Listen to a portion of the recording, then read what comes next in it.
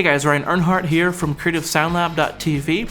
Today I want to talk to you about a little theory I have about the different materials that pass on delay signal better than others. It's a little weird, a little crazy, but hear me out, I have some cool demos to show you. So this first came up when I was doing some tests for the garden hose video part 1, and I just, out of curiosity, I had to try the 4-inch corrugated pipe in the same position that I did the garden hose reverb. So it was just a U shape around the drum kit. And it sounded terrible. I didn't include it in the main video.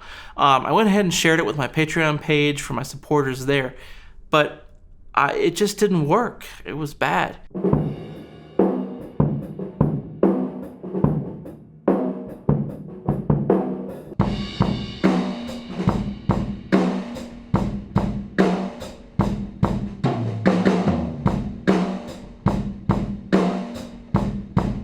The 4-inch pipe wanted to be a delay, even though we plugged it up. Then I tried to get a delay sound out of the garden hose. It almost didn't want to become a delay, especially the 100-foot version of it. It just couldn't really keep up. It was almost like it was trying to be reverb. It wanted to be a reverb.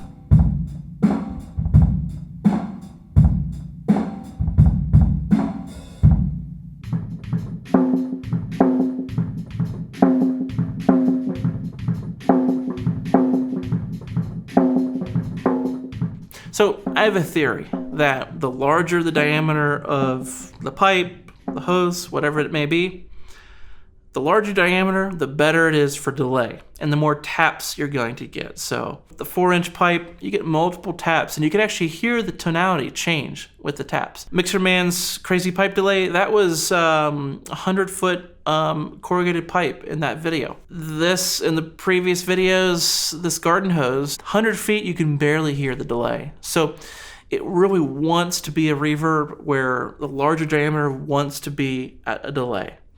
So 6-inch corrugated pipe could be an amazing delay. Throw that in your attic, out of your way, put a speaker into it that used to be in a guitar cabinet, and you can have a great delay sound. Of course, it is huge, right? But for the cost of a plugin being at like $300, this is really a third of the price of a plugin. Okay, some of you guys are going to argue that it's completely not worth it because plugins can do this stuff. It's not worth it, and maybe you're right. Plugins have a place, right? With all this stuff, garden hose, reverb, everything, it has a place. Some of it's just kind of, you could say, gimmicky. Like, it may not really add anything to the sound to where the listener could be like, oh wow, what is that? That sounds so unique. Maybe they'll never know, right? But I think that the garden hose reverb, I think that it actually has some really cool practical applications. If you're in a small room and you don't have a way to capture a reverb, it could be a solution. If you want to create a delay effect that's unique to you and only you and you have it, well, that could be a solution for the corrugated pipe. So you could build this stuff, you could choose not to, it's totally up to you.